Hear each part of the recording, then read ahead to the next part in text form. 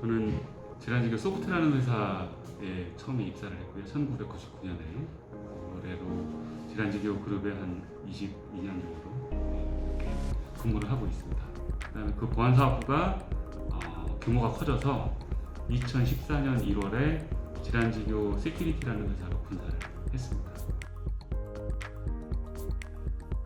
코로나가 발생하고 나서 꼭 정보보호 업계뿐만이 아니고 모든 산업의 변화가 일어났죠. 그 중에 제일 큰 게 아무래도 사람들끼리 대면해서 업무를 보지 못하는 상황이 되다 보니까 재택근무나 원격근무가 굉장히 활성화가 됐어요. 정보보호 업계는 이 트렌드에 맞춰서 기존의 그 회사에 출근해야만 하는 그런 환경에서의 보안이 아니고 이제 원격에서 근무하거나 재택에서 근무하는 새로운 환경에 대응하는 그런 보안 솔루션이나 서비스들이 굉장히 거기에 특화된 솔루션과 서비스가 많이 나타났습니다. 보통 이제 근무를 할 때는 재택근무뿐만이 아니고 원격근무를 같이 얘기를 해야 돼요. 왜냐하면 사람들이 집에서만 근무하는 게 아니고 회사 밖에서 돌아다니면서 근무할 수 있는 환경이잖아요. 그래서 그 두 가지를 같이 섞어서 말씀드려야 될 것 같아요. 개인 PC, 웬만하면 밖에 있을 때는 개인 PC를 사용하지 않는 게 중요하죠. 회사 업무와 개인 업무를 완전히 분리해서 사용하는 게 좋습니다. 회사에 로그인하는 어떤 서비스와 개인이 개인적으로 사용하는 뭐 이메일이나 포털 서비스의 아이디어 패스워드가 다르게 해요. 웬만하면 개인 아이디어 패스워드가 밖에서 유출이 되면 회사의 동일한 아이디어 패스워드로 로그인이 가능하잖아요. 그래서 그런 부분들을 분리해야 됩니다. 패스워드가 보통 개인 PC 사용할 때는 뭐 1111, AA 이렇게 하는 경우가 많은데 그렇게 하지 말고 강력한 패스워드를 만들어서 누가 내 PC를 가져가더라도 혹시라도 가져가더라도 패스워드가 유출되기 쉽지 않도록 하는. 그다음에 이제 회사 네트워크에 접근할 때는 VPN을 사용하자. 아주 기본적인 건 백신은 기본적으로 설치해야 되고, 그다음에 그것도 최신으로 유지해야 되고, 소프트웨어도 마찬가지고, 소프트웨어들도 최신으로 업데이트를 하는 게 가장 좋겠죠. 이메일은 예전에는 사람을 가리지 않고 메일을 보냈어요. 속는 사람들한테만 어떤 정보를 뜯어내거나, 지금은 아예 타겟팅을 합니다.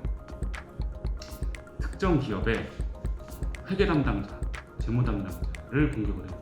어떻게 공격하냐?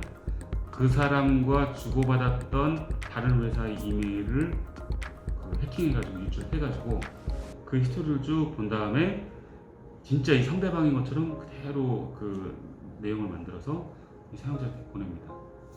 그러면 어떤 그 일례가 있냐면 예전에 사우디나 아랍 쪽에서 그 원유를 주고받던 수출하고 수입하던 업체가 있어요. 이 업체한테 이쪽 담당자가 내 계좌번호가 우리 계좌번호가 이걸로 바뀌었으니까 이쪽으로 입금해 주세요. 그 회계 담당자, 재무 담당자는 딱 보고 그렇구나 하고 메일을 보낸 거죠. 네, 돈을 보낸 거죠. 그게 몇백억이에요. 이런 식으로 굉장히 타겟된 이메일 공격들이 많아요. 앞으로 이게 훨씬 더 심할 거고.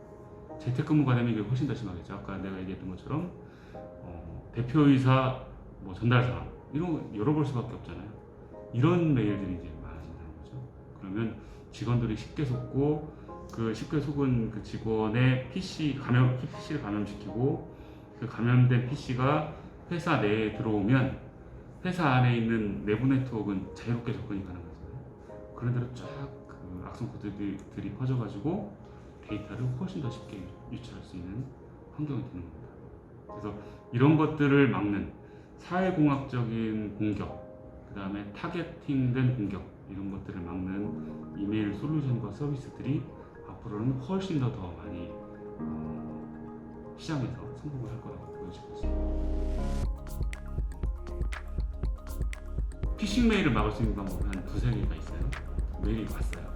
그러면 피싱 메일 특징이 한 세 가지가 있는데 보낸 사람을 속이거나 보낸 사람 주소로 속이거나 링크로 속이거나 첨부 파일을 속이거나 세 가지 이상 벗어나지 않습니다. 보낸 사람의 이름과 그걸 딱 클릭하면 자세히 보기가 있거든요. 그 이메일 주소가 같으냐. 예를 들면 아마존 이런 데서 보냈다고 하는데 실제로 메일 주소를 보면 amazon.com.cn 뭐 이렇게 될 수도 있잖아요. 중국에서 보낸 것처럼. 이런 것들은 분명히 잘못된 거다라고 인식할 수 있어요. 일반적으로 사용자들.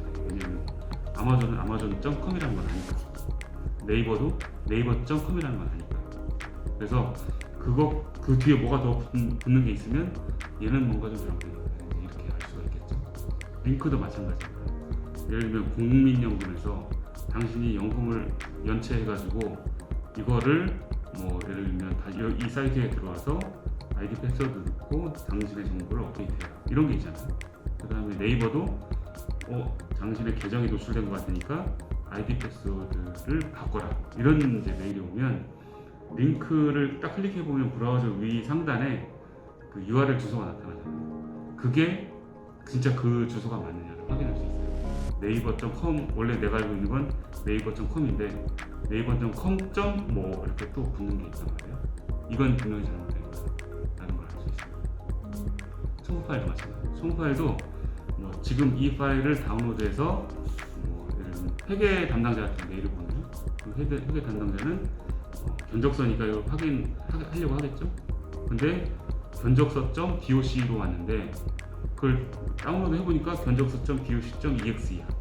이러면 실행시키면 안 되잖아요. 이런 것들을 조심하라. 이런 아주 기본적인 것들만 조심을 하더라도 보안에서 굉장히 안전한 환경으로